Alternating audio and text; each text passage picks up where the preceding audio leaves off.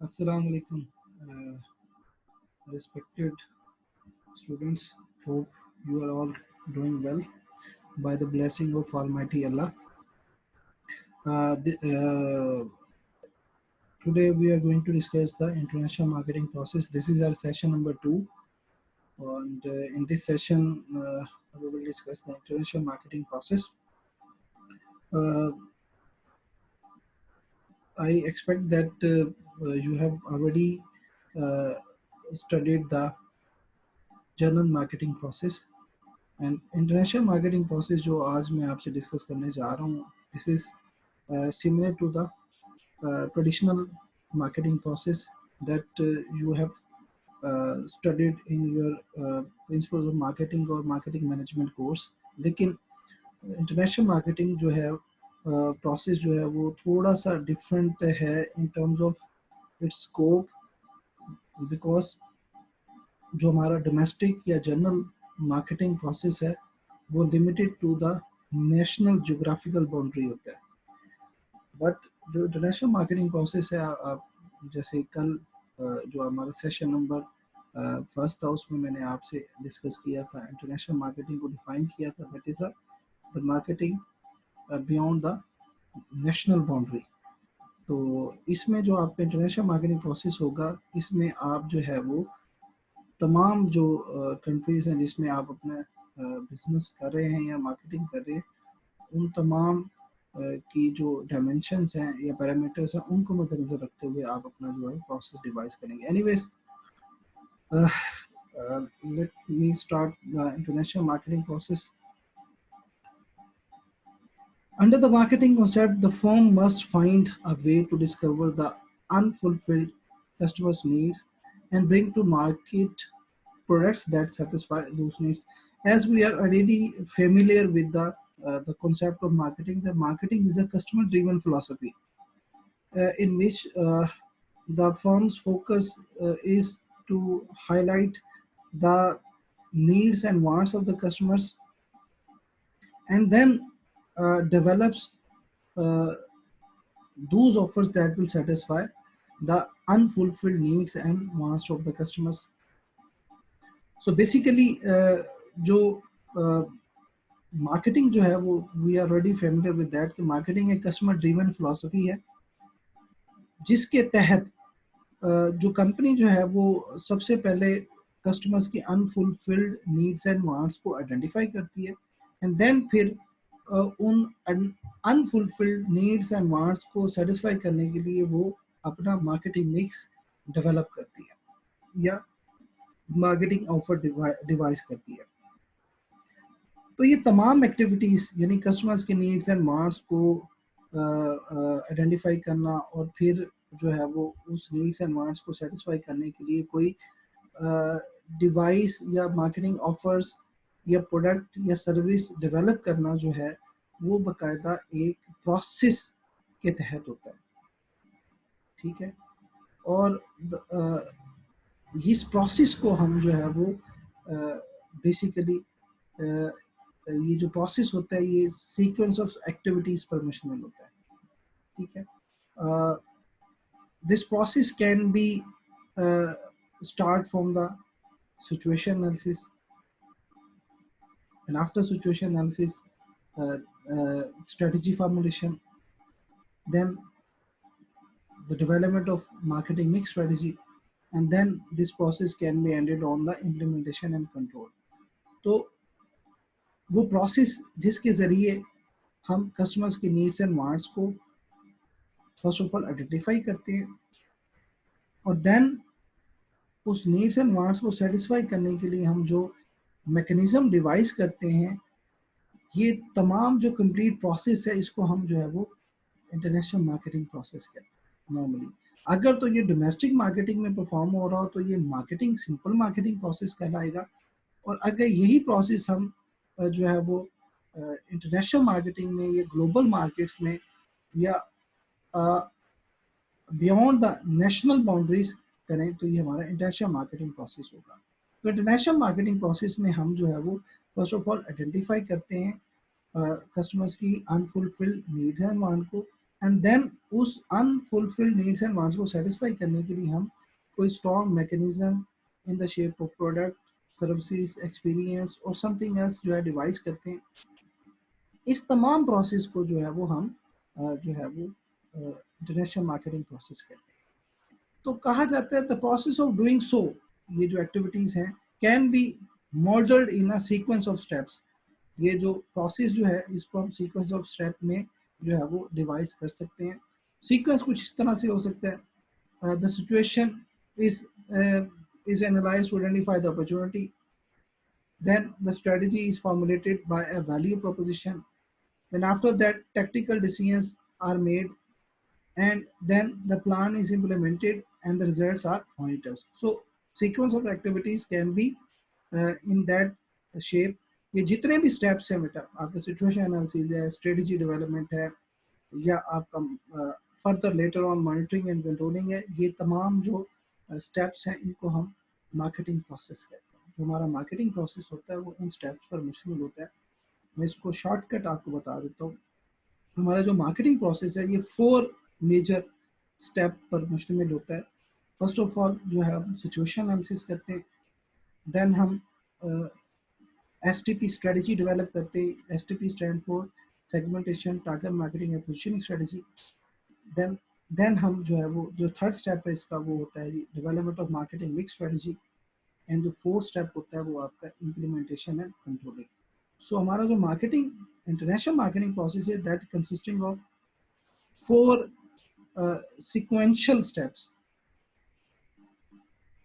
First is situation analysis, second development of STP strategy, third is development of marketing mix decisions, and fourth is monitoring and controlling. So ये आज हमारा topic है and I will discuss each and every step one by one. So let me start from the first step, that is our situation analysis.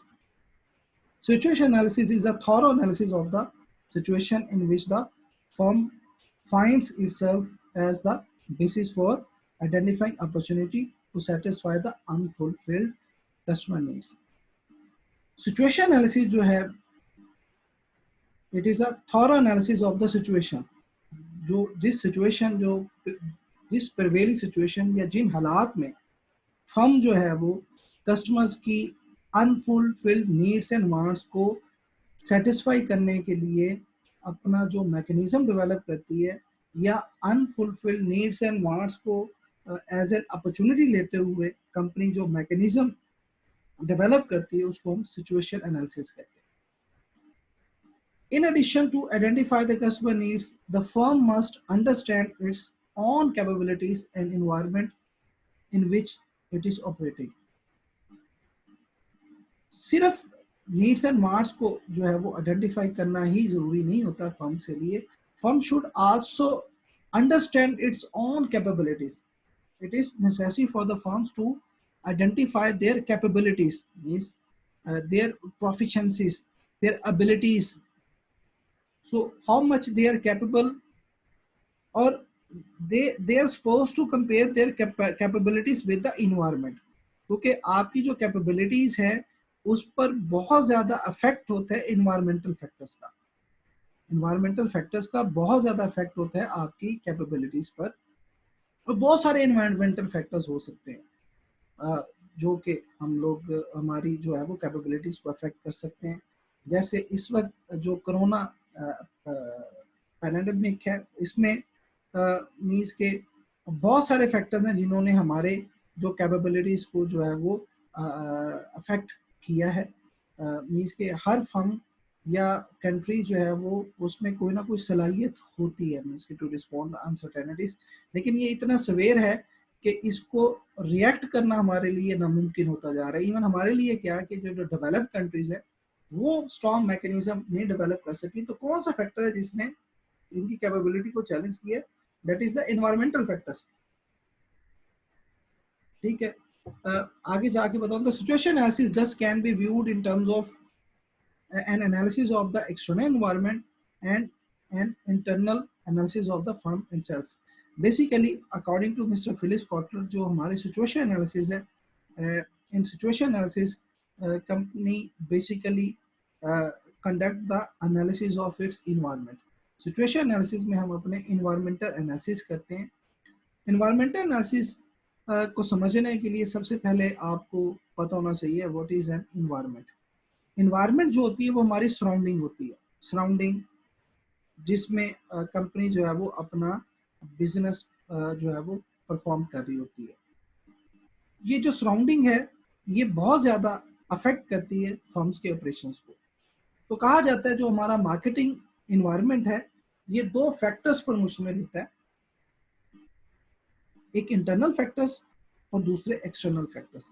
Internal factors को हम micro environmental factors भी कहते हैं और जो एक्सटर्नल फैक्टर्स हैं उसको हम मैक्रो इन्वायरमेंटल फैक्टर्स कहते हैं। So according to mister Philips Kotler, situation analysis में हम जो है वो इन्वायरमेंटल एनालिसिस करते हैं, यानी हम अपनी इन्वायरमेंट का जायजा लेते हैं, अपनी इन्वायरमेंट को एनालाइज करते हैं। क्योंकि ये जो इन्वायरमेंट है इसका बहुत, जैसे पहले थोड़ी देर पहले मैंने आपको बताया, इन्वायरमेंट का बहुत ज्यादा इफेक्ट होता है हमारी कैपेबिलिटीज पर। ठीक है, तो सिचुएशन एनालिसिस में बेसिकली जो है वो हम इन्वायरमेंट का जायजा ले होते हैं, हम इन्वायरमेंट एनालिसिस कर रहे होते हैं। And according to mister Kotler, marketing environment basically consisting of two factors or two elements. It is based on two elements. Number one, internal environment, and second one, external environment. Internal environment को हम micro environment भी कहते हैं और external environment को हम macro environment कहते हैं। ठीक है, तो नॉर्मली हम सिचुएशन एनालिसिस में इन दोनों इन्वायरमेंटल फैक्टर्स का जायजा लेते हैं, माइक्रो एनवायरमेंटल फैक्टर्स और मैक्रो एनवायरमेंटल फैक्टर्स, क्योंकि ये दोनों एनवायरमेंटल फैक्टर्स जो है वो डायरेक्टली अफेक्ट करते हैं फर्म्स की कैपेबिलिटीज को। इसलिए कोई भी कोर्स ऑफ एक्शन डिवाइस करने से पहले हम जो है वो सिचुएशन एनालिसिस करते हैं। सिचुएशन एनालिसिस सिर्फ फर्म नहीं करती, हम इंडिविजुअल भी करते हैं। फॉर एग्जाम्पल, जब भी हम कोई चीज़ परचेज करने जाते हैं तो सबसे पहले हम सिचुएशन एनालाइज करते हैं, हम अपनी हालात का जायजा लेते हैं। ठीक है, आप इवन ट्रैवलिंग करेंगे तो आप सबसे पहले सिचुएशन एनालिसिस करोगे, आप खाना के डिसीजन करेंगे, सिचुएशन को एनालाइज करेंगे। तो सिर्फ कंपनी सिचुएशन एनालिसिस नहीं करती, इंडिविजुअल जो इंडिविजुअल और ग्रुप्स भी जो है वो सिचुएशन को एनालाइज करते हैं। तो सिचुएशन एनालिसिस एक जो है वो एक वो कहेंगे यूनिवर्सल जो है वो स्टेप है या यूनिवर्सल फ्रेम ऑफ माइंड है, जो कि फर्म्स, इंडिविजुअल्स और ग्रुप ऑफ इंडिविजुअल्स जो है वो हमेशा कोई भी स्ट्रेटजी या कोर्स ऑफ एक्शन डिवाइस करने से पहले वो लेते हैं। अब सवाल ये पैदा होता है कौन कौन से माइक्रो एनवायरमेंटल फैक्टर्स हैं और कौन कौन से माइक्रो एनवायरमेंटल फैक्टर्स हैं। ठीक है जी, the external environment can be described in terms of macro environmental factors. जैसे मैंने आपको पहले बताया, हमारी एक्सटर्नल एनवायरनमेंट होती है उसको हम मैक्रो एनवायरमेंटल फैक्टर्स भी कह सकते हैं, जो कि इन फैक्टर्स पर मुश्तमिल होती है, जैसा कि आप स्लाइड में देख रहे हैं, legal, political and social conditions, policies, cultural taste, distorious weathers and government regulations that broadly affects many firms.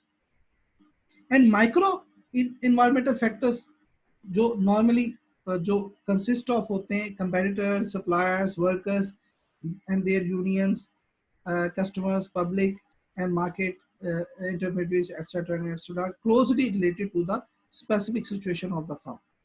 अब जैसे कि आपने पावर पॉइंट में गौर से देखा कि कौन कौन से एलिमेंट जो हैं जो हमारे मैक्रो एनवायरनमेंट का हिस्सा है और कौन कौन से फैक्टर जो हैं वो हमारे जो है वो माइक्रो एनवायरनमेंट का हिस्सा है। तो let me explain the difference between macro and micro environmental factors. तो पहले मैं इन दोनों में फ़र्क बताना चाहता हूँ। जो मैक्रो एनवायरमेंटल फैक्टर्स हैं, जैसे मैंने पहले बताया, वो हमारे एक्सटर्नल एनवायरनमेंट का हिस्सा होते हैं। माइक्रो एनवायरमेंटल फैक्टर्स हमारी इंटरनल एनवायरनमेंट का हिस्सा होते हैं। क्लियर? मैक्रो एनवायरमेंटल फैक्टर्स जो है वो अनकंट्रोलेबल इन नेचर होते हैं, माइक्रो एनवायरमेंटल फैक्टर्स जो है वो कंट्रोलेबल इन नेचर होते हैं। क्लियर? मैक्रो एनवायरमेंटल फैक्टर्स का इफेक्ट जो है वो इंडायरेक्ट होता है फर्म्स के ऑपरेशंस पर वाइल माइक्रो एनवायरमेंटल फैक्टर्स का इफेक्ट जो है वो डायरेक्ट होता है। मैक्रो एनवायरमेंटल फैक्टर्स जो है वो अनफेमिलियर होते हैं या company sometimes holds lack of familiarity about them, while micro environmental factors के बारे में कंपनी जो है वो बखूबी जानती है। These type of factors are very much familiar to the firm, that's why they are controllable in nature. So इन फैक्टर्स को मैं आगे जाकर लेटर ऑन भी डिस्कस करूंगा कौन कौन से हैं ये फैक्टर्स। एनीवेज, अगर हम गौर से मुशाहिदा करें, मैक्रो इन्वायरमेंटल फैक्टर्स में लीगल फैक्टर्स आ जाते हैं, आपका लॉज आ जाते हैं, पॉलिटिकल एंड सोशल कंडीशंस आ जाती हैं, किसी भी मुल्क की पॉलिटिकल एंड सोशल कंडीशंस हैं। जिसके बाय पॉलिटिकली हमारे यहाँ तीन type of form of governments होती हैं, डेमोक्रेसी होती है, ऑटोक्रेसी होती है, यूटिलरिज्म होता है। Democracy is you know very well government of the people, for the people, by the people. Autocracy क्या होता है? The government of a specific individual और आ पार्टी, इसको हम ऑटोक्रेसी कहते हैं। एंड यूटिलरिज्म होता है the government of a specific tribe, कबीला, जैसे कि गल्फ कंट्रीज में है या फिर यूनाइटेड किंगडम में भी यूटिलरिज्म है। इसके अलावा आपके जो है वो सोशल कंडीशन, सोसाइटी की कंडीशंस हैं, सोशल नॉर्म्स, वैल्यूज, कस्टम्स होती हैं। आपकी जो है वो पॉलिसीज हैं, प्रोसीजर्स हैं, जो कि ओवरऑल वर्ल्ड आपके नेशनल जो पॉलिसीज होती हैं जो नेशनल लेवल पर होती हैं। आपकी कल्चरल, आपके टेस्ट होते हैं, कल्चर भी एक मैक्रो एनवायरमेंटल फैक्टर है। इसके बाद आपका वेदर और गवर्नमेंट रेगुलेशन है, ये भी मैक्रो एनवायरमेंटल फैक्टर्स हैं, and they are beyond the access of an organization. इसके बरक्स जो माइक्रो एनवायरमेंटल फैक्टर्स हैं, वो जो है वो हमारी इंटरनल एनवायरनमेंट का हिस्सा होते हैं, जिसमें कंपेटर्स आ जाते हैं, सप्लायर्स आ जाते हैं, workers and their unions, customer, public and marketing channel of intermediates. ये वो फैक्टर्स हैं जिनका ताल्लुक हमारी इंटरनल एनवायरनमेंट से होता है। जैसे कंपेटर्स हैं बेटा, ये तो वो हैं जो कि हमारे फर्म्स के ऑपरेशन को डायरेक्टली अफेक्ट कर रहे होते हैं। और जब भी कोई हम कोई भी मार्केटिंग टैक्टिक्स या स्ट्रेटजी डिवाइस कर रहे होते हैं, तो हम कंपेटर्स को लाजमी मद्देनजर रखते हैं। नॉर्मली हमारे कंपेटर्स दो तरह के होते हैं, डायरेक्ट कंपेटर्स और इनडायरेक्ट कंपेटर्स। डायरेक्ट कंपेटर्स वो होते हैं जो कि मी टू प्रोडक्ट्स यानी मिलती जुलती प्रोडक्ट्स बनाते हैं, and they satisfy the similar needs similarly. जो डायरेक्ट कंपेटर्स हैं सिमिलर नीड्स को सिमिलरली सेटिस्फाई करते हैं। इसके बरक्स indirect competitors are those competitors who will satisfy the similar need differently। जो इंटरेक्ट कंपेटर्स होते हैं वो हमारी सेम नीड्स को डिफरेंट वे में सेटिस्फाई करते हैं। इनको आम अल्फाज में कहेंगे इंटरेक्ट कंपेटर्स आपके सब्स्टिट्यूट्स होते हैं, जो सब्स्टिट्यूट बनाते हैं। ठीक है, क्लियर जी। इसके बाद आपके आ जाते हैं जी supplier. Suppliers are those individuals और parties who will provide us the supplies. ये वो इंडिविजुअल्स और पार्टीज हैं जो हमें सप्लाईज प्रोवाइड करती हैं। नॉर्मली सप्लाईज बेसिकली रिसोर्सेज होते हैं। क्या होते हैं? ये रिसोर्सेज होते हैं जिनको इस्तेमाल करके हम जो है वो अपनी कैपेबिलिटीज को इन्हांस करते हैं। नॉर्मली तीन तरह के जो है वो सप्लायर्स होते हैं, raw material suppliers, energy suppliers, human resource suppliers यानी लेबर सप्लायर्स, और चौथी टाइप जो होगी वो आपकी होगी फाइनेंशियल सप्लायर्स। ये चार तरह के जो है सप्लायर्स होते हैं। रॉ मटेरियल सप्लायर्स जो होते हैं जो आपको रॉ मटेरियल प्रोवाइड करते हैं। ठीक है, रॉ मटेरियल जो होते हैं वो बेसिक इनपुट्स होती हैं जो जिससे हम फिनिश गुड्स डेवलप करते हैं। ठीक है, जो आपके एनर्जी सप्लायर होते हैं वो आपको एनर्जी प्रोवाइड करते हैं, जैसे इलेक्ट्रिफिकेशन या गैस। लेबर सप्लायर या ह्यूमन रिसोर्स सप्लायर वो होते हैं जो आपको लेबर प्रोवाइड करते हैं। जो फाइनेंशियल सप्लायर्स हैं वो आपको फाइनेंशियल सर्विसेज देते हैं, जिनमें बैंक्स और फाइनेंशियल इंस्टीट्यूशंस आ जाते हैं। तो ये भी बहुत इंपॉर्टेंट होते हैं क्योंकि हमारा जो फिनिश गुड्स की कन्वर्जन है वो बहुत हद तक जो है वो डिपेंड करती है सप्लायर से। If you want to develops the timely product in a timely manner by following the strict SOPs, then you will heavily depends upon the suppliers। तो सप्लायर बहुत ज़रूरी होते हैं, हमारे इंटरनल मैकेनिज्म का हिस्सा होते हैं। इसके बाद workers and their unions, definitely worker जो होते हैं, एम्प्लॉय जो होते हैं, वो एसेट होते हैं। तो मार्केटिंग में सिर्फ ये नहीं कि जितना कस्टमर इंपॉर्टेंट है उतना आपका वर्कर और उनकी यूनियन भी इंपॉर्टेंट है। बिकॉज हम लोग मार्केटिंग में नॉर्मली कहते हैं कि हमारा जो पहला कस्टमर जो होता है वो हमारा एम्प्लॉय होता है।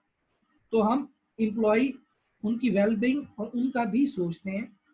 अगर हम उनका सोचेंगे तो वो हमारे लिए जो है वो बेटर सर्विसेज जो है वो प्रोवाइड करेंगे। क्योंकि जितनी भी मार्केटिंग एक्टिविटीज हैं that is perform through the employees. ठीक है। इसके बाद कस्टमर्स आ जाते हैं। Customers is know the customer is the king. Customer is one of the most valuable element of micro environment. Customer की इंपॉर्टेंस का अंदाजा इस वजह से लगाया जा सकता है कि marketing is a customer driven philosophy. Means कि हम मार्केटिंग कस्टमर ड्रिवन फिलोसफी है। इसमें हमने कोई भी जो अपना स्ट्रेटजीज बनानी है, कोर्स ऑफ एक्शंस या प्लान, तो हम कस्टमर्स को उसकी रिक्वायरमेंट्स को लाजमी मद्देनजर रखेंगे। Public and marketing intermediates, definitely public को भी, अब ये पब्लिक सोसाइटी आ जाती है, तो सोसाइटी को भी हमने मद्देनजर रखना है। जो हमारे नॉन यूजर्स हैं वो भी इतने ही ज्यादा इंपॉर्टेंट है जितना कि आपके यूजर है। मार्केटिंग इंटरमीडिएट्स, ये मिडल मैन या ये नॉर्मली दीज आर दूस individuals or firms who assist the manufacturer in terms of shipping their products from point of production to point of consumption। बहुत से सुनेगा मार्केटिंग इंटरमीडिएट्स या marketing channel of intermediates वो individuals या parties होती हैं जो असिस्ट करती हैं मैन्युफैक्चरर को उसकी फिनिश गुड्स को पॉइंट ऑफ प्रोडक्शन से पॉइंट ऑफ कंजम्पशन तक पहुंचाने में। तो मार्केटिंग इंटरमीडिएट्स में नॉर्मली हमारे होलसेलर्स, डिस्ट्रीब्यूटर्स और रिटेलर्स आ जाते हैं जो कि हेल्प करते हैं मैन्युफैक्चरर्स को उनकी प्रोडक्ट को एंड यूजर्स तक पहुंचाने में। तो अब आपको थोड़ा सा आइडिया होगा कि हम इनको माइक्रो फैक्टर्स क्यों कहते हैं, इनको इंटरनल एनवायरमेंटल फैक्टर्स क्यों कहते हैं। इनको इसलिए कहा जाता है क्योंकि ये हमारी इंटरनल एनवायरमेंट का लाजमी जुज़ है, लाजमी हिस्सा है, और इनका अफेक्ट जो है वो डायरेक्ट होता है हमारी फेमिलैरिटी तो इनके बारे में। ठीक है।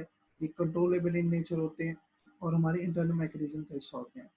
सो concisely in situation analysis we basically analyze our environment, and our marketing environment consisting of two elements, micro and macro.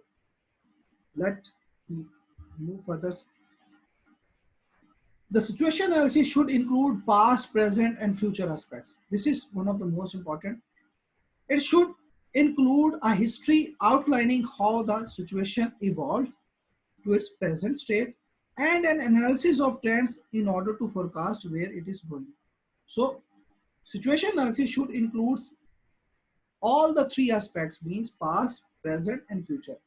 अभी थोड़ी देर पहले जो मैंने आपसे डिस्कस किया, हमारे जो जब भी आप इंटरनल, माइक्रो और मैक्रो एनवायरनमेंट को एनालाइज करेंगे तो इसका मतलब प्रेजेंट है, प्रेजेंट सिचुएशन है। पास्ट जो होता है, हमेशा पास्ट जो होता है उसका ट्रेंड एनालिसिस किया जाता है। जो पास्ट में चीजें होती हैं तो उसमें ट्रेंड एनालाइज किया जाता है। प्रेजेंट की जो है वो हम लोग एनालिसिस करते हैं, फ्यूचर की फोरकास्टिंग की जाती है। तो सिचुएशन एनालिसिस में हम तीनों एस्पेक्ट्स को देखा जाता है, पास्ट, प्रेजेंट एंड फ्यूचर। ठीक है। सबसे पहले हिस्ट्री को आउटलाइन किया जाता है जिससे हम ये रियलाइज करते हैं कि सिचुएशन इवॉल्व क्यों हुई, और फिर इसको रिलेट करते हैं करंट सिचुएशन पे के साथ, एंड देन फिर हम इसको फोरकास्ट करते हैं कि फ्यूचर में क्या होने वाला है। तो कंसाइजली सिचुएशन एनालिसिस में हम तीनों एस्पेक्ट को मद्देनजर रखते हैं, तीनों इन्वायरमेंटल एस्पेक्ट्स को देखा जाता है, तीनों ट्रेंड्स को देखा जाता है, past, present and futures. If the situation analysis reveals gaps between what customer wants and what currently is offered to them, then there may be opportunity to introduce product to better satisfy those customers. So अगर situation analysis करने के बाद आपको gap आप identify करते हैं between customers desired and product being offered to them. तो अगर आप गैप आइडेंटिफाई करते हैं तो ये गैप आपको अपॉर्चुनिटी प्रोवाइड करता है to introduce new products in order to satisfy the customer in a better way. तो सिचुएशन एनालिसिस से अगर कंपनी ने गैप आइडेंटिफाई किया between human wants and product or services being offered to them. So this gap will provide an opportunity to the marketing firms to establish a firms that will satisfy their unfulfilled needs better than that of our competitors. Hence, the situation analysis should yield a summary of problems and opportunity. From this summary, the firms can match its own capabilities with opportunities in order to satisfy customer needs better than the competition, जो कि मैं आपसे पहले discuss कर चुका हूँ। तो हमारी जो सिचुएशन एनालिसिस है उसके जरिए हम जो है वो समराइज करते हैं अपनी प्रॉब्लम्स को और अपॉर्चुनिटीज को, और इस समरी से जो है वो हम अपनी जो है वो मैच करते हैं कैपेबिलिटीज को अपॉर्चुनिटीज के साथ, जिसकी बेस पर हम सेटिस्फाई करते हैं नीड्स और wants of the customer better than that of the are competing firm. Question arises है कि आपके ज़हन में आया होगा, सिचुएशन एनालिसिस तो आपको समझ आ गया कि सिचुएशन एनालिसिस में हम एनवायरनमेंट को एनालाइज करते हैं और तमाम ट्रेंड्स पास्ट प्रेजेंट और फ्यूचर एस्पेक्ट्स को मद्देनजर रखा जाता है। अब सवाल ये पैदा होता है कि हम सिचुएशन एनालिसिस करते कैसे हैं, कौन से टूल्स हैं जो कि कंपनी इंप्लीमेंट करती है to conduct this situation analysis. Here are three important tools for conducting the situation analysis. Number one is the 5Cs analysis. 5Cs analysis is basically it is a tool of conducting the micro environment analysis. Micro environment analysis को analyse करने के लिए हम 5Cs analysis करते हैं, और जो second paste analysis है ये मैक्रो एनवायरनमेंट को एनालाइज करने के लिए हम पेस्ट एनालिसिस करते हैं। जो थर्ड आपका स्वॉट एनालिसिस है ये दोनों माइक्रो और मैक्रो एनवायरनमेंट को एनालाइज करने के लिए इस्तेमाल होता है। तो ये तीन आपके सिचुएशन एनालिसिस टूल्स हैं या टेक्निक्स हैं जिनको हम एनवायरनमेंट को एनालाइज करने के लिए इस्तेमाल करते हैं। पहला आपका 5Cs एनालिसिस है, दूसरा पेस्ट है और तीसरा स्वॉट है। सो सबसे पहले आपका 5Cs एनालिसिस है। अब recall the micro environmental factors. 5Cs analysis में हम ये जो 5Cs है इनको एनालाइज करते हैं, जो है company, customer, competitors, collaborators and climate. ठीक है, ये 5Cs है जिसका हम जायजा लेते हैं। Company represents the internal situation, the other 4 cover aspect of the external situation. ठीक है बेटा। सेकंड जो आपका होता है वो होता है जी पेस्ट एनालिसिस। पेस्ट एनालिसिस जो है वो स्पेसिफिकली कंडक्ट किया जाता है एक्सटर्नल एनवायरनमेंट को एनालाइज करने के लिए। पेस्ट एनालिसिस जो है वो एब्रीवेशन है, P stand for political, E stand for economical, S stand for socio cultural, यहाँ में से सोशल लिखा हुआ है लेकिन सोसाइटल नहीं है, ये सोशो कल्चरल है, and T stand for technological factors. सबसे इम्पोर्टेंट बात ये है कि अब हम पेस्ट एनालिसिस का एक एडवांस वर्जन आ गया है, उससे हम कहते हैं पेस्टल एनालिसिस। तो अब मैक्रो एनवायरनमेंट को एनालाइज करने के लिए पेस्ट एनालिसिस जो है वो ज़्यादातर इस्तेमाल नहीं होता। इसका एक एडिशनल जो है वो एलिमेंट या एडिशनल एक टेक्निक जो है वो इन्वेंट हुई है जिसे हम कहते हैं पेस्टल एनालिसिस है। अगर गौर से सुने तो पेस्टल एनालिसिस में हम सिर्फ 2 वेरिएबल को ऐड करते हैं, PESTEL मीन्स के EL का इजाफा है। पेस्ट यही है मीन्स के पॉलिटिकल, इकोनॉमिकल, सोसाइटल, टेक्नोलॉजिकल, और जो 2 एडिड हैं EL मीन्स के pastel, E stand for ecological और L स्टैंड फॉर लीगल। तो आजकल जो है वो जो कंपनीज हैं, मॉडर्न फर्म, मार्केटिंग फर्म्स हैं, स्पेशली इंटरनेशनल मार्केटिंग में, वो जब भी मैक्रो एनवायरमेंटल एनालिसिस करेंगे तो वो पेस्टल एनालिसिस को इस्तेमाल करेंगे, पेस्ट को नहीं। पेस्टल एनालिसिस दोबारा रिपीट करूंगा, P stand for political, E stand for economical, S stand for societal, T stand for technological, E stand for ecological and L stand for legal environmental factors. तो pastel analysis जो है वो या pastel analysis हम इस्तेमाल करेंगे जो है एक्सटर्नल या मैक्रो एनवायरनमेंट को एनालाइज करने के लिए। ओके जी, स्वॉट एनालिसिस थर्ड टेक्निक है। इससे पहले बेटा जो एक और एस्पेक्ट उन्होंने इसका, PEST analysis can be used as the climate portion of the 5C framework. जो क्लाइमेट है, फिफ्थ एलिमेंट है, उसको एड्रेस करने के लिए हम पेस्टल एनालिसिस जो है वो कंडक्ट करते हैं, जो हमारा मैक्रो एनवायरमेंटल एनालिसिस का हिस्सा है। एनीवेज, थर्ड जो टूल है वो सिचुएशन एनालिसिस का, दैट इज ऑफ योर स्वॉट एनालिसिस।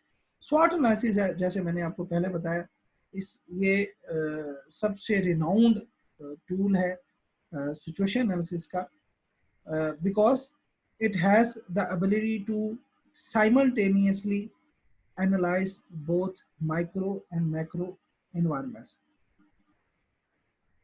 जो हमारा स्वॉट एनालिसिस है, ये सबसे फेमस और इफेक्टिव टूल है इन सिचुएशन एनालिसिस का, क्योंकि ये साइमल्टेनियसली दोनों माइक्रो एंड मैक्रो एनवायरनमेंट को एनालाइज करता है। स्वॉट एनालिसिस नाम से जैसे जाहिर है, S stand for strength, W stand for weakness, O stand for opportunity, and T stand for threat analysis. So SWOT analysis में हम बेसिकली अपने माइक्रो और मैक्रो एनवायरनमेंट को एनालाइज करके फर्म्स के लिए strength, weakness, opportunities and threats को highlight करते हैं। दोबारा मैं रिपीट करूंगा, under the SWOT analysis company highlights their strength, weakness, opportunities and threats with the help of micro and macro environment analysis।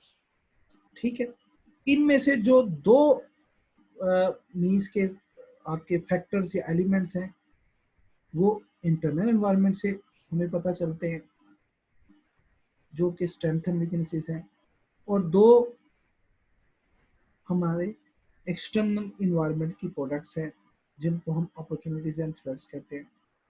Clear हो गया जी? A SWOT analysis can be used to condense the situation analysis into a listing of the most relevant problems and opportunities, and to assess how well the firm is equipped to deal with them। SWOT analysis जो है वो आपके situation analysis को जो है वो condense कर देता है, short list कर देता है by highlighting the problems and opportunities। Problem and opportunities highlight करके वो बाकायदा उसको लिमिटाइज कर देता है, मीन्स कंसाइज कर देता है, और ये फर्म को अपॉर्चुनिटी प्रोवाइड करता है कि किस तरीके से ये इनके साथ डील कर सकती है। आपके लिए जो प्रॉब्लम्स हैं वो आपकी वीकनेस और थ्रेट्स हो सकती हैं, और आपके लिए जो अपॉर्चुनिटीज़ होती हैं वो आपकी स्ट्रेंथ या अपॉर्चुनिटी इटसेल्फ होती है। तो स्वॉट एनालिसिस जो है वो आपकी सिचुएशन एनालिसिस को थोड़ा सा कंडेंस कर देता है by listing of the factors who will cause the strength, weakness and opportunities and threats।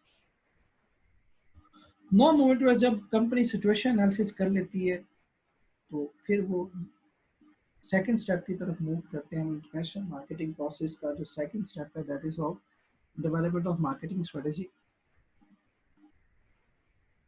Though I am not satisfied with the heading जो ऑथर ने दी हुई है, असल में ये मार्केटिंग स्ट्रेटजी नहीं है, ये development of STP strategy. Anyways आगे जाके उसने नीचे डिस्कस भी किया हुआ है। So second step of international marketing process is the marketing strategy. Once the best opportunity to satisfy unfulfilled customer needs is identified, a strategy plan for pursuing the opportunity can be developed। जब आपने situation analysis के जरिए जो हमने last में जो first step में किया है, उसमें हमने जो है वो अपॉर्चुनिटी ग्रैब्स की bye highlighting the gaps between the customer needs and wants and the product and services being offered to them। Next जो है वो जो स्टेप है वो है the development of strategic plan. और कंपनी जो है वो स्ट्रेटेजिक प्लान के लिए सबसे पहले जो है वो मार्केटिंग रिसर्च करती है। मार्केटिंग स्ट्रेटेजी डेवलपमेंट सबसे पहले मार्केटिंग रिसर्च की जाती है, Marketing research will provide specific market information that will permit the firms to select the target market segment and optimally position the offering within that segment. The result is a value proposition to the target market. So अगर देखा जाए तो marketing research जो है वो हमारी चार जो है वो मार्केटिंग स्ट्रेटजीज पर मुश्तमिल होती है. ये हमारी जो marketing strategy then involves 4 elements. या हमारी जो मार्केटिंग स्ट्रेटजी है, जो इनिशियल मार्केटिंग स्ट्रेटजी है, ये 4 कंपोनेंट्स पर मुश्तमिल है. पहला सेगमेंटेशन है, दूसरा टारगेटिंग है, तीसरा पोजीशनिंग है और चौथा value proposition to the target market है. मैं ये एक्सपेक्ट कर रहा हूँ बेटा आपने प्रिंसिपल्स ऑफ मार्केटिंग या मार्केटिंग मैनेजमेंट में आपने segmentation, target marketing and positioning strategies discuss की होंगी. ठीक है जी. बेसिकली आपकी जो segmentation, target marketing and positioning, ये 3 सेपरेट स्ट्रेटजीज हैं, लेकिन इन तीनों स्ट्रेटजीज को हम साइमल्टेनियसली यूज करते हैं. ये segmentation, target marketing and positioning 3 different strategies हैं, बट इनको हम साइमल्टेनियसली यूज करते हैं because these 3 strategies are inter related with each other. So it means that at the second stage after the situation analysis in international marketing process, company develops their STP strategy जो हमने पहले discuss की हुई है. ठीक है, मैं अभी थोड़ी देर पहले बताऊंगा और ये मैंने आगे जाकर हमारा ये अलहदा से एक पूरा इस पे चैप्टर है, इंटरनेशनल STP स्ट्रेटजी.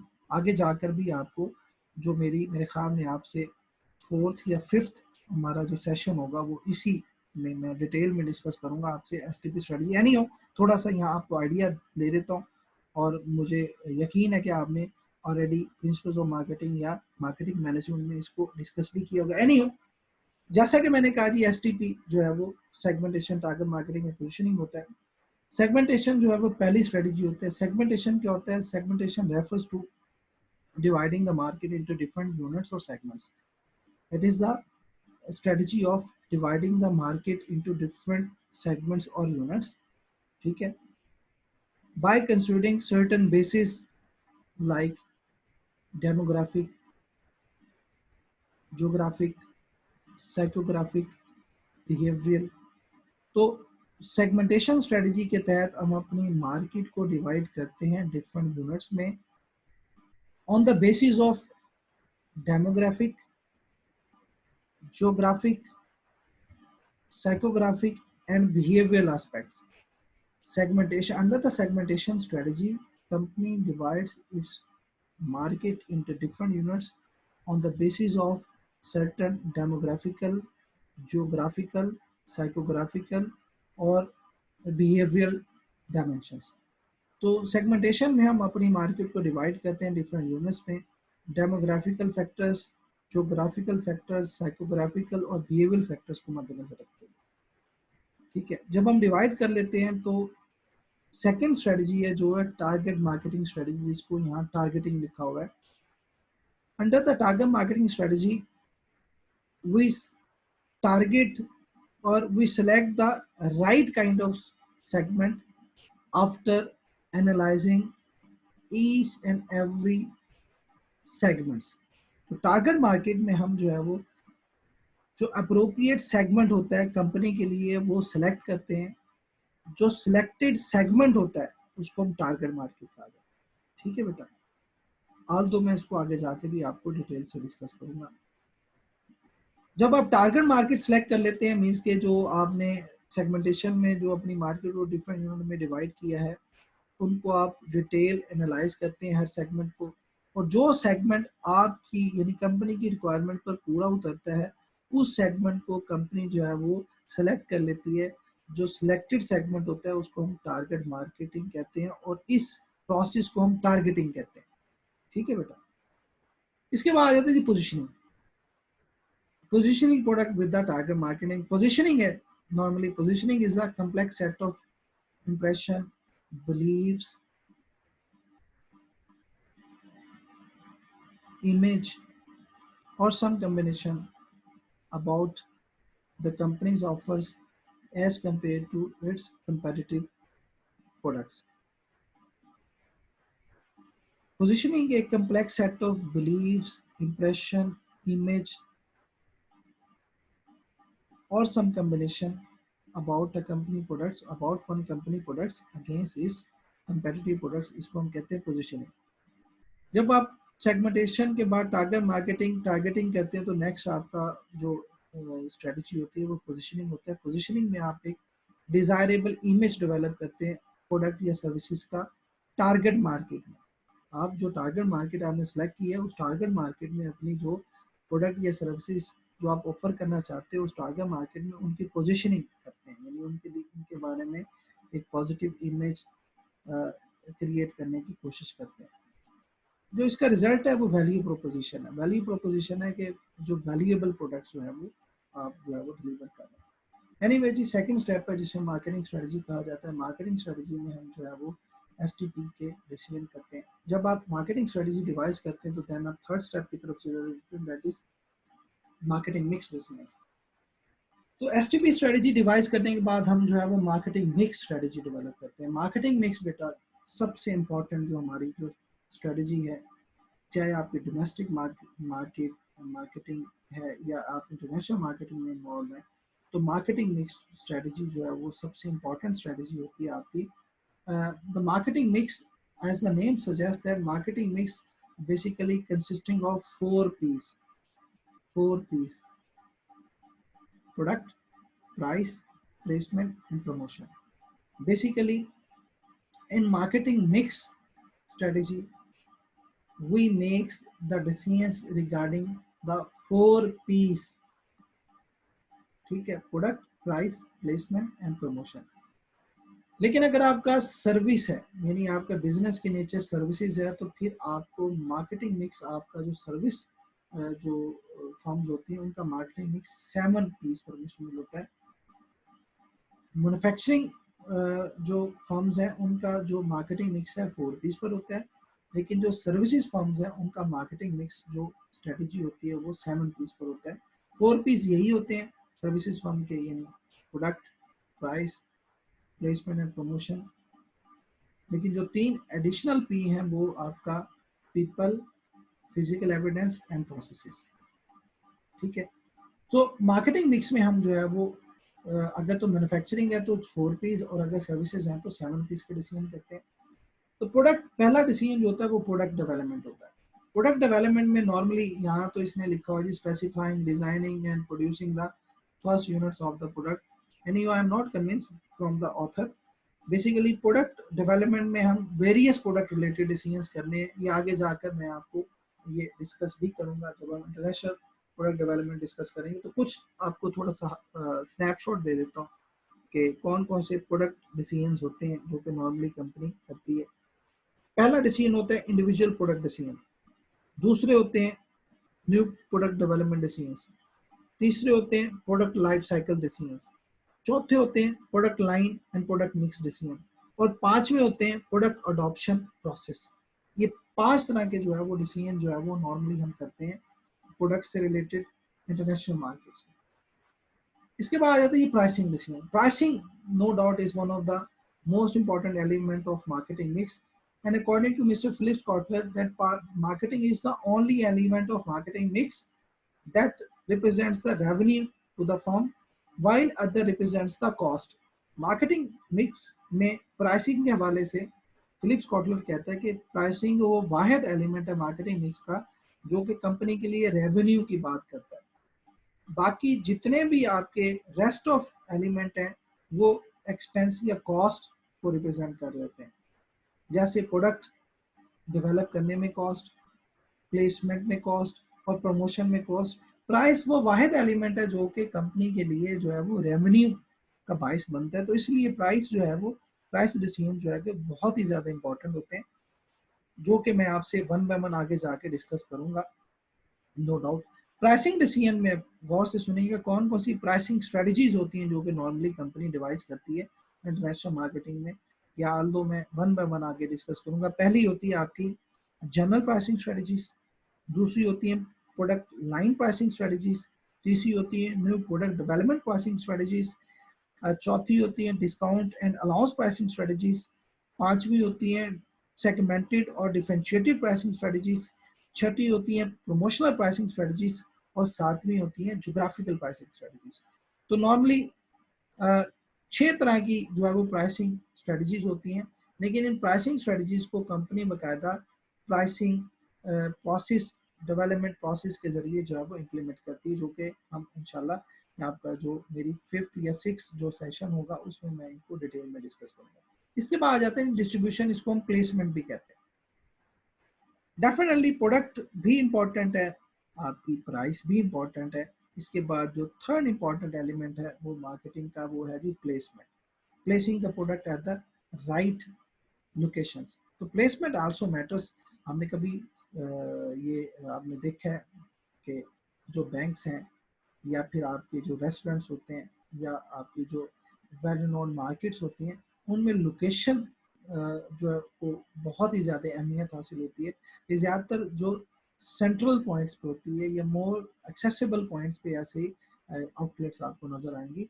सो प्लेसमेंट भी बहुत ही इंपॉर्टेंट होती है और इनका बहुत ही ज़्यादा अफेक्ट होता है कंज्यूमर्स के बाइंग बिहेवियर पर। सो प्लेसमेंट जस्ट डिस्ट्रीब्यूशन जो है तक लिमिटेड नहीं होती, बहुत सारी एक्टिविटीज़ जो हैं वो हमारी प्लेसमेंट में आ जाती हैं, जिसमें आपकी सप्लाई चेन भी आ जाती है, जिसमें लॉजिस्टिक्स भी आ जाते हैं, इसमें वेयर हाउसिंग भी आ जाता है, इसमें डिस्ट्रीब्यूशन भी आ जाती है। तो बहुत सारी एक्टिविटीज़ जो है वो हमारी प्लेसमेंट का हिस्सा है, एनी इनको भी हम आगे जाके डिटेल में डिस्कस करेंगे।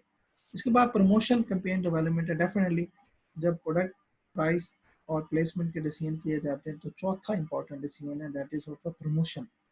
प्रमोशन के लिए बहुत सारे हमारी जैसे जैसे हमारी जो है वो मार्केटिंग जो है वो मीन्स के मॉडर्नाइज होती जा रही है, तो with the passage of time जो है वो प्रमोशन जो एलिमेंट है उसकी अहमियत बहुत ज़्यादा बढ़ती जा रही है, specially in this era of tough competition, where number of sellers are becoming uh, more and more, and demand is becoming sharper and sharper, and customer needs is changing at a very rapid pace। तो promotion जो है वो बहुत ही important element है हमारे marketing mix का।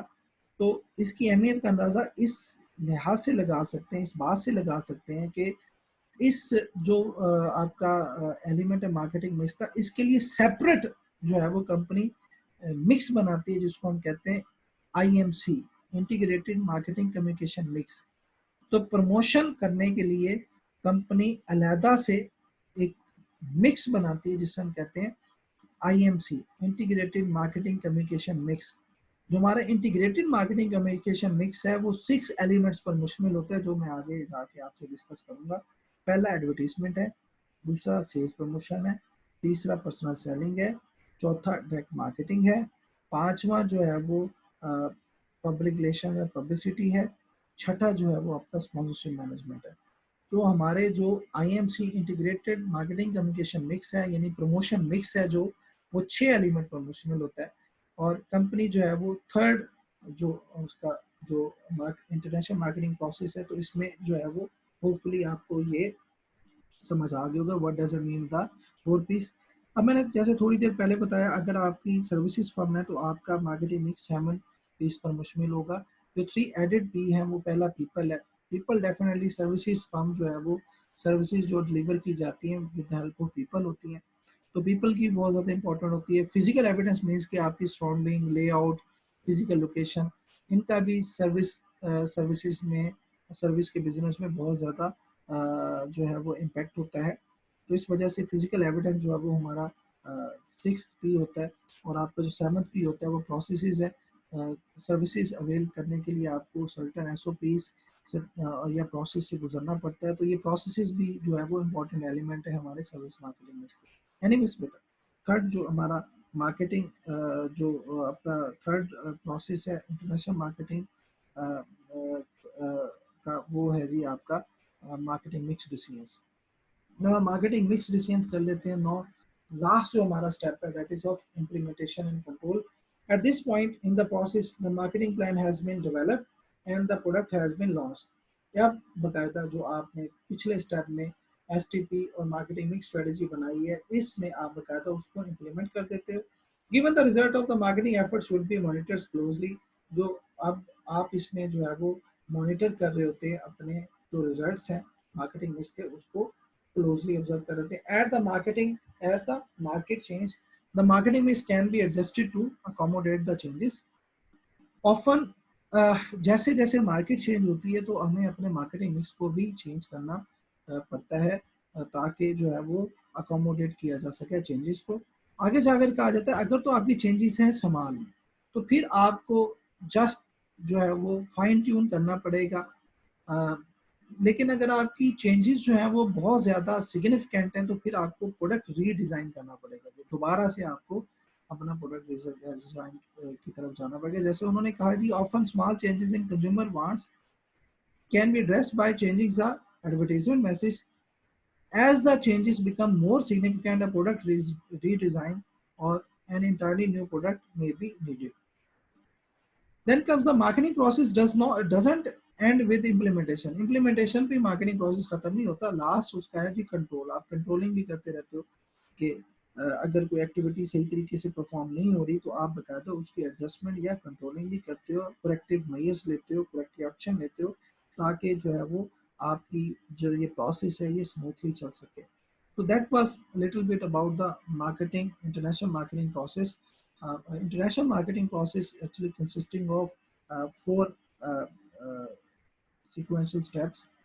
First was situation analysis, then development of STP strategy, then development of marketing mix strategy, and last is your implementation and control. So दोबारा से आपसे डिस्कस करता चलूँ कि जो इंटरनेशनल मार्केटिंग प्रोसेस है ये सिमिलर होता है टू द डोमेस्टिक मार्केटिंग या हमारा जनरल मार्केटिंग प्रोसेस। फर्क इंटरनेशनल मार्केटिंग या जनरल मार्केटिंग या डोमेस्टिक मार्केटिंग प्रोसेस में ये होता है in the shape of scope. जो इंटरनेशनल मार्केटिंग का स्कोप है वो बहुत ज़्यादा ब्रॉड होता है, जो आपकी जनरल मार्केटिंग या डोमेस्टिक मार्केटिंग है उसका जो है वो स्कोप बड़ा नैरो होता है। जैसे जो हमारा सेशन नंबर 1 है उसमें मैंने डिटेल डिस्कस किया हुआ है difference between domestic and international marketing. Hopefully आपको ये समझ आ गया होगा। अब इससे बिल्कुल रेलिवेंट एक और टॉपिक है जो कि मैं आपसे डिस्कस करना चाहता हूँ, that is international marketing orientation of firms. Normally हमारी ये 5 टाइप ऑफ ओरिएंटेशन हैं towards the international markets, and international marketing firms will have to follow any one of the following 5 orientation philosophies. Normally international marketing में ये आपकी 5 orientation philosophies हैं जिनको मद्देनजर रखते हुए कंपनीज अपने इंटरनेशनल मार्केटिंग प्रोसेस को जो है वो फ्लॉट कर सकते हैं। More specifically in 5 marketing orientation philosophy को मद्देनजर रखते हुए कंपनी अपनी मार्केटिंग मिक्स या segmentation, target marketing and positioning के डिसीजन कर सकती है। तो ये 5 बेसिक ओरिएंटेशन फिलॉसफीज या कॉन्सेप्ट हैं जिनको मद्देनजर रखते हुए कंपनीज जो है वो इंटरनेशनल मार्केटिंग में अपने जो है वो वेरियस मार्केटिंग स्ट्रेटजीज डिवाइस कर सकते हैं। I am very much assure that ये आपने जो है वो ये ओरिएंटेशन फिलॉसफीज आपने मार्केटिंग मैनेजमेंट या प्रिंसिपल मार्केटिंग में पढ़ी होंगी। अगर नहीं पढ़ी तो आपका जो है ये आपकी एडिशन हो जाएगी, अगर आपने पढ़ी हुई है तो ये शायद आपका रिकॉल भी हो। सो ये अब आपकी जो 5 जो ओरिएंटेशन फिलॉसफीज हैं ये क्या है, वन बाय वन इनको डिस्कस करते हैं। This is our last topic for today's session. The first is the production concept. Production concept is the oldest of the concept in the business. Production concept is the oldest of the concept in the business. It holds that consumer will prefer products that are widely available and inexpensive. So जो production concept है वो सबसे oldest concept of business है, and that concept holds that customer will prefer to purchase those products which are widely available and affordable in nature. Manager focusing on this concept concentrate on achieving high production efficiency, low cost, and mass distribution. सो जो companies इस philosophy पर जो है काम कर रही होती हैं, इस फिलॉसफी को अडेप्ट करती हैं, तो उसमें मैनेजर जो है वो उनका जो कंसंट्रेशन होती है वो achieving the high production efficiency, low cost and mass distribution पर होती है। They assume that consumers are primarily interested in product availability and low prices. वो ये assume करते हैं कि कस्टमर की जो ज़्यादातर जो प्रेफरेंसेस हैं वो अवेलेबिलिटी और लो प्राइसेस हैं। बेसिकली ये कॉन्सेप्ट जो है वो डेवलपिंग या लेस डेवलप्ड कंट्रीज में ज़्यादा मीन्स के वर्केबल है, लेकिन ये उन कंट्रीज में जो है वो वर्केबल नहीं है जो कि डेवलप कंट्रीज हैं, क्योंकि डेवलप कंट्रीज में लोग जो है वो मीन्स के अफोर्डेबिलिटी और जो है अवेलेबिलिटी से ज़्यादा जो है वो प्रोडक्ट की जो है वो सेटिस्फाइंग एबिलिटी को या प्रोडक्ट की नेचर को जो है वो ज़्यादा फोकस करते हैं, प्रोडक्शन पर नहीं करते। तो मैं आपको ये भी रिकॉल करता चलूँ, प्रोडक्शन ओरिएंटेशन फिलॉसफी हमारी मार्केटिंग ओरिएंटेशन फिलॉसफी में सबसे ओल्डेस्ट है, और गालबन ये 1875 में जो है प्रोडक्शन ओरिएंटेशन फिलॉसफी का कॉन्सेप्ट आया था। और इस दौर में जो प्रोफेसर से है उसने law of demand and supply जो है वो इस्टेब्लिश किया था, जिसकी रूप में उसने कहा था कि supplies creates its own demand और demand creates its own supply. तो ये ओरिएंटेशन फिलॉसफी जो है वो इतनी ज़्यादा कामयाब नहीं है, क्योंकि इसमें सिर्फ दो चीज़ों पर फोकस किया जाता है, जो कि एक तो आपकी अफोर्डेबिलिटी है और दूसरा अवेलेबिलिटी है। अफोर्डेबिलिटी और अवेलेबिलिटी कभी भी मीडियम ऑफ सक्सेस नहीं हो सकते, बट स्टिल दिस कॉन्सेप्ट और this philosophy can be doable even at this scenario as well. अगर इसकी ये जो कंडीशंस बता रहा हूँ आपको, 3-4 कंडीशन है, अगर ये कंडीशन फुलफिल कर रहा है कोई बिजनेस, तो अभी भी इस ओरिएंटेशन फिलॉसफी को जो है वो इस्तेमाल किया जा सकता है। वो कंडीशंस कौन सी हैं अनफॉर्चुनेटली उसने इसमें नहीं दी है। Number 1 condition is demand should exceed supply, demand supply से ज़्यादा होनी चाहिए। सेकेंड है customer should be price sensitive, आपका कस्टमर जो है वो प्राइस सेंसिटिव होना चाहिए। थर्ड जो है वो सबसे इम्पोर्टेंट जो इसका है, firms can be able to firms can be able to achieve the high production efficiency, low cost and mass distribution, कि फर्म्स इस काबिल हों कि प्रोडक्शन एफिशिएंसी हासिल कर सकें, लोअर प्राइसेस पे प्रोडक्ट बना सकें, और जो है वो मैस डिस्ट्रीब्यूशन जैसे प्रोडक्ट की मैस डिस्ट्रीब्यूट कर सकें। तो अगर ये तीन कंडीशंस पूरी हो रही हो तो ये अभी भी स्टिल एप्लीकेबल फिलॉसफी है। Let's move towards the second philosophy, that is the product concept. The product this orientation holds that consumer will prefer those products that offer the most quality, performance, or innovative features. So this philosophy is totally different to the production orientation philosophy, and according to this philosophy, the customer will prefer to purchase those products which will offer the most quality, performance, or innovative features.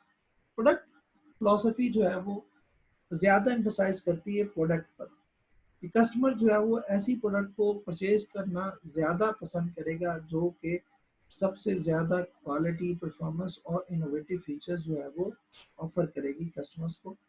Manager focusing on this concept concentrate on making superior products and improving them over time. They assume that buyers admire well-made products and can appraise quality and performance. तो वो assume करते हैं कि customer जो है वो prefer करेगा जो वेल मेड प्रोडक्ट होंगी, और डेफिनेटली उसकी नज़र में क्वालिटी और परफॉर्मेंस जो है वो ज़्यादा ज़रूरी होंगे as compare to the affordability and availability. तो ये टोटली डिफरेंट है। कहा जाता है कि ये भी जो है वो कॉन्सेप्ट बहुत जल्दी फ्लॉप हो गया था, क्योंकि इसने ओवर एम्फोसिस किया था प्रोडक्ट पर। अभी भी जो है वो अ, इस फिलॉसफी को जो है वो हम फॉलो कर सकते हैं, अगर तो ये जो फॉलोइंग कंडीशन जो अभी मैं आपसे डिस्कस कर रहा हूँ, अगर ये कंडीशन फुलफिल कर रही है हो रही हैं, तो इस कॉन्सेप्ट को जो है वो कंपनी अडॉप्ट कर सकती है। नंबर वन जो कंडीशन है इसकी वो है जी के the firms product should contain distinctive and preemptive features. क्या बेटा? The firms product must be having the distinctive and preemptive features, कि आपकी जो प्रोडक्ट है वो प्रेम्पटिव, उनमें प्रेम्पटिव एंड डिस्टिंक्टिव फीचर होने चाहिए। डिस्टिंक्टिव होते हैं नुमाया, प्रेम्पटिव होते हैं हार्ड टू कॉपी। कि आपकी प्रोडक्ट ऐसी हो जो या तो डिस्टिंक्टिव हो या फिर जो है वो प्रेम्पटिव हो। डिस्टिंक्टिव जो है वो मुमताज मीन्स के उनमें बहुत ज़्यादा डिफ्रेंशिएशन हो। प्रेम्पटिव होते हैं हार्ड टू कॉपी, पहले तो आपकी प्रोडक्ट ऐसी हो, डिस्टिंक्टिव एंड प्रेम्पटिव हो। थर्ड है कस्टमर जो है वो प्राइस सेंसिटिव ना हो, customer shouldn't be price sensitive. And third is your competitor should not undercut your competitive advantage. आपका जो कंपेटिटर है वो आपके कंपेटिटिव एडवांटेज को जो है वो अंडरकट ना कर सके। अगर ये तीन कंडीशंस पूरी हो रही हो तो प्रोडक्ट ओरिएंटेशन फिलॉसफी को अभी भी इस्तेमाल किया जा सकता है। यहाँ मैं कुछ एग्जांपल दूंगा जो कंपनीज इंटरनेशनल मार्केट में अभी भी इस फिलॉसफी पर को इस्तेमाल कर रही हैं। पहली है एप्पल, दूसरी है BMW, Rolls Royce, Mercedes Benz. ये वो कंपनीज हैं, ये वो प्रोडक्ट हैं जो कि अपने जो है वो यूनिक फीचर्स, परफॉर्मेंस और इनकी वजह से बहुत ज़्यादा मशहूर है। एनीवेज थर्ड फिलॉसफी है जी वो हमारी सेलिंग ओरिएंटेशन फिलॉसफी है। and this is also different to the previous two philosophy of product and production orientation. This is another common business orientation. It holds that consumer and businesses, if left alone, will ordinarily not buy enough of the selling company's products. In a shorter terms, beta, this is one of the complex way to define the selling orientation philosophy. मैं आपको आसान अल्फाज में बताता हूँ। This orientation philosophy holds that customer will not prefer to purchase the product until and unless company will put excessive advertisement and selling efforts. मैं फिर repeat करूंगा और तरीके से। This philosophy holds that customer will not prefer to purchase until and unless company will pursue them through mass advertisement and selling efforts. तो ये philosophy कहती है कि कस्टमर उन कंपनीज की प्रोडक्ट को प्रेफर करेगा परचेज के लिए जो कि जिसमें उनको जो है वो मोटिवेट करेगी कंपनी थ्रू एडवर्टीजमेंट और मैसिव प्रमोशंस के जरिए। The organization must therefore undertake an aggressive selling and promotion efforts. इसलिए कहा जाता है कि अगर आप इस फिलॉसफी को जो है वो फॉलो करना चाहते हो तो आपको फिर जो है वो एग्रेसिव सेलिंग और प्रमोशन एफर्ट्स पर फोकस करना पड़ेगा। ये भी कोई इफेक्टिव फिलॉसफी नहीं है। ज़्यादातर ये सेलिंग ओरिएंटेशन फिलॉसफी जो है वो फर्म्स यूज़ करती हैं जिनके पास जो है वो इतनी ज़्यादा स्ट्रॉन्ग ब्रांड्स नहीं हैं या फिर वो कॉमन जो है वो प्रोडक्ट्स या सर्विसेज जो है वो बेच रही होती हैं, जैसे आपकी FMCGs हैं या फिर रोज़मर्रा की ज़िंदगी की जो अशिया हैं। FMCGs होता है फास्ट मूविंग कंज्यूमर गुड्स, वो बनाने वाली है, वो ज़्यादातर सेलिंग ओरिएंटेशन को फॉलो करती हैं क्योंकि उनकी प्रोडक्ट में यूनिक फीचर्स होते नहीं है, तो वो ज़्यादातर एडवर्टीजमेंट और सेलिंग के ज़रिए ही प्रोडक्ट को बेचते हैं। तो ये सेलिंग ओरिएंटेशन फिलॉसफी है। Then comes the one of the most renowned orientation philosophy, that is the marketing concept or the marketing orientation philosophy. This is a business philosophy that challenge the above three business orientation. ये बेटा business philosophy है जो कि challenge कर रही है तीनों को कि तीनों जो है वो सही नहीं है। जैसे प्रोडक्शन ओरिएंटेशन फिलॉसफी है वो कहती है जी कि customer will prefer to purchase the product which are affordable and available. ठीक है। प्रोडक्ट ओरिएंटेशन फिलॉसफी कहती है कि कस्टमर जो है वो वो प्रोडक्ट परचेज करेगा जो बेस्ट क्वालिटी, परफॉर्मेंस और इनोवेटिव फीचर्स देगी। सेलिंग ओरिएंटेशन फिलॉसफी कहती है जी कि नहीं, कस्टमर उन कंपनी के प्रोडक्ट्स को परचेज करेगा जिसमें उसको प्रमोशन और एडवर्टीजमेंट के जरिए मोटिवेट किया गया। लेकिन जो मार्केटिंग ओरिएंटेशन फिलॉसफी है जो कि 1950 में आई, ये कहते हैं जी कि the organization success depends upon truly identification of needs and wants of the customer, and then the development of marketing mix accordingly. Marketing orientation concept holds that company first of all identify the needs and wants of the customer and then develops their marketing mix accordingly. Marketing mix philosophy कहती है जी success जो है वो company की largely depend करती है सबसे पहले identification of needs and wants and then the development of marketing mix accordingly, उनके नीड्स एंड वांट्स के जरिए। बेटा मार्केटिंग फिलोसफी सबसे पॉपुलर फिलोसफी है और इस वक्त मार्केटिंग फिलोसफी की बेस पर ही है ये इंटरनेशनल मार्केटिंग आपको पढ़ाई जा रही है। इसी मार्केटिंग ओरिएंटेशन फिलोसफी की बेस पर ही आप कंज्यूमर बिहेवियर पढ़ा। इसी मार्केटिंग ओरिएंटेशन की फेस पे आपकी बेसिस पे आपने principles of marketing, marketing management, advertisement और जितने भी हैं उसका जो सेंट्रल जो थीम है वो मार्केटिंग कॉन्सेप्ट या मार्केटिंग फिलोसफी से ही लिया गया। मार्केटिंग फिलोसफी को इस वजह से सबसे जो है वो डिस्टिंक्टिव फिलोसफी कहा जाता है, सबसे जो इम्पोर्टेंट यूनिक सक्सेसफुल फिलोसफी कहा जाता है, क्योंकि इसमें कस्टमर को जो है वो ड्राइविंग फोर्स पर जो है वो इस फिलोसफी ने लिया है कि सबसे पहले कस्टमर को देखना है। इससे पहले तीनों फिलोसफीज हैं उसमें कस्टमर बाद में आ रहा है। जैसे सपोज करें पहली फिलोसफी है प्रोडक्शन, कहती है कि पहले वो करती है अफोर्डेबिलिटी और अवेलेबिलिटी, बाद में कस्टमर आता है। प्रोडक्ट है, प्रोडक्ट पर फोकस किया जाता है, सेलिंग में सेलिंग पर। ये फिलोसफी क्या कहती है जी, गौर से सुना है, company first of all identify the needs and wants and then develop marketing mix. ये तीनों फिलोसफी में मार्केटिंग मिक्स ही आए हैं ना, सेलिंग है, प्रोडक्ट है, प्रोडक्शन है।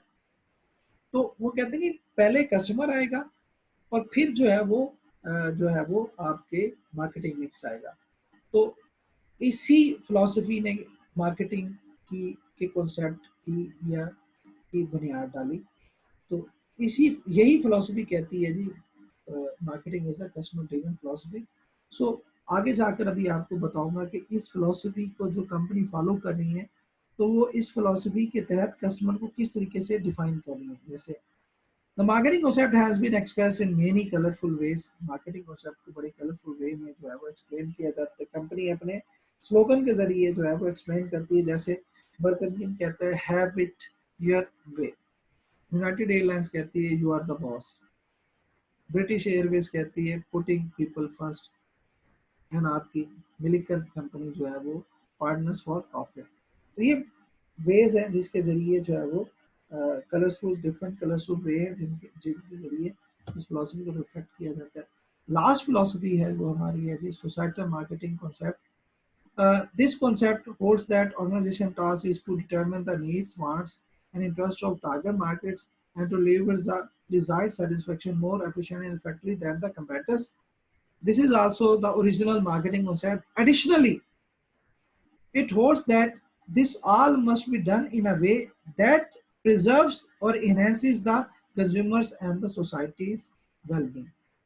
अब कहा जाता है जी कि जो मार्केटिंग का कॉन्सेप्ट है डेफिनेटली कस्टमर्स की नीड्स एंड वांट्स को भी आपने सेटिस्फाई करना है, लेकिन उसके साथ साथ आपने सोसाइटी की वेलबींग भी देखनी है। तो सोसाइटल मार्केटिंग कॉन्सेप्ट जो है वो मीन्स के एक ट्रायंगल पर फर्म्स के रिलेशनशिप को देखता है कि ट्रायंगुलर तीन त्रिकोण है, एक त्रिकोण में कंपनी और कस्टमर है और फिर आपका सोसाइटी है। सो marketing orient your societal marketing orientation concept holds that that the success of company is not just determined through the satisfying ability of their the needs and wants of their customer, but also identified through satisfying the requirement of the society as well. तो societal marketing concept कहता है कि company की responsibility no doubt customer को satisfy करना है, लेकिन customer को सेटिस्फाई इस वे से करें कि आप सोसाइटल वेलबींग भी फुलफिल कर रहे हो। तो सोसाइटल मार्केटिंग कॉन्सेप्ट एक और हमारा इमर्जिंग कॉन्सेप्ट है जो कहता है जी कि आपने कस्टमर को भी सेटिस्फाई करना है और सोसाइटल वेलबींग को भी जो है वो आपने मद्देनजर रखना है। तो आजकल जो है वो कंपनीज जो है वो बहुत ज़्यादा फोकस कर रही है सोसाइटल मार्केटिंग पे। और उसकी थोड़ी सी एग्जांपल दे देता हूँ। आपका फ्रेंडली फ्यूल का कॉन्सेप्ट है, टू स्ट्रोक खत्म हो गया, फोर स्ट्रोक इंजन आ गया, ठीक है। फ्रेंडली फ्यूल का कॉन्सेप्ट है जी ये। इसके अलावा रिसाइकलिंग के कॉन्सेप्ट है। कंपनी जो है फिलंथ्रोपिकल एक्टिविटीज़ हैं, डोनेशंस देती है, चंदा देती है, वो जो है वो बढ़ चढ़ के रिफाई कामों में जो है वो अपना गवर्नमेंट का हाथ बटाती हैं। तो स्पॉन्सरशिप्स करती हैं, ठीक है। वो जो है वो रिहेबिलिटेशन शेप प्रोग्राम्स में इनिशिएट करती है। तो ये सोसाइटल मार्केटिंग का हिस्सा है। हमारी जो कहा जाता है मॉडर्न मार्केटिंग जो है वो उसमें जो है वो सोसाइटल मार्केटिंग का बहुत ज़्यादा अमल दखल है। अब लास्ट में मैं कुछ आपसे टर्मिनोलॉजीज डिस्कस करूँगा मार्केटिंग टर्म्स को। जो बेसिक मार्केटिंग है वो सिंपलिंग सेलिंग पर फोकस करती है। जो प्रोएक्टिव मार्केटिंग रिएक्टिव मार्केटिंग है, in addition to selling encourage the customer to contact for any questions, comments और कंप्लेंट्स। अकाउंटेबल मार्केटिंग है after sales calls to check if customer is satisfied. आप sales के बाद उसे कॉल करते हो कि वो सेटिस्फाई है या नहीं है। प्रोएक्टिव मार्केटिंग है बेटा वो है contact customers from time to time to seek inputs for future improvements in products.